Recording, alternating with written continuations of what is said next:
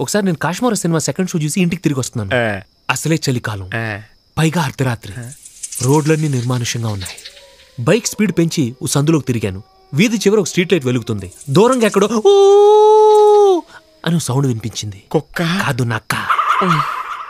నేనది పట్టించుకోకుండా ముందుకెళ్ళిపోయాను. ఆ సందు చివర ఒక శ్మశానం ఉంది. మా ఇంటికి వెళ్ళాలంటే అది దాటి వెళ్ళాలి. సరిగ్గా నేను శ్మశానం దగ్గరికి వచ్చేసరికి స్ట్రీట్ లైట్ ఆరిపోయింది. నాకు భయం వేసింది. బైక్ ఇంకా స్పీడ్ పెంచాను. సడన్ గా డామ్ అని సౌండ్ వచ్చింది. Tyre puncture. నేను బండిది గబగబా నడుస్తున్నాను. నా వెనకాల ఎవరు వస్తున్నట్టు అనిపించింది. సడన్ గా వెనక తిరిగాను. ఎదురుగా నా ఫ్రెండ్ కనిపించాడు. వాడిని చూసి ఆశ్చర్యపోయి నువ్వేంట్రా ఇక్కడ అని అడిగాను. వాడి మధ్య నేను ఇక్కడే ఉంటున్నాను రా అన్నాడు. నేను ఆ భయం పోగొట్టుకోవటానికి సిగరెట్ ఉందా అని అడిగాను. వాడి చెవిలో నుంచి సిగరెట్ తీసిచ్చాడు. నా దగ్గర అగ్గిపెట్టలేదురా అన్నాను. పర్లేదు, నా దగ్గర ఉందని చూపుడు వేలు చూపించాడు. దాని చివర మంట వెలుగుతుంది. పద్దు, నాకు భయం వేసి వాడి కాళ్ల వైపు చూశాను. దూరంగా ఉన్న చితిమంటల వెలుగులో వాడి కాళ్ళు కనిపించాయి. అంతా మామూలుగానే ఉంది గాని పాదం మాత్రం వెనక్కి తిరుగుతుందిలా.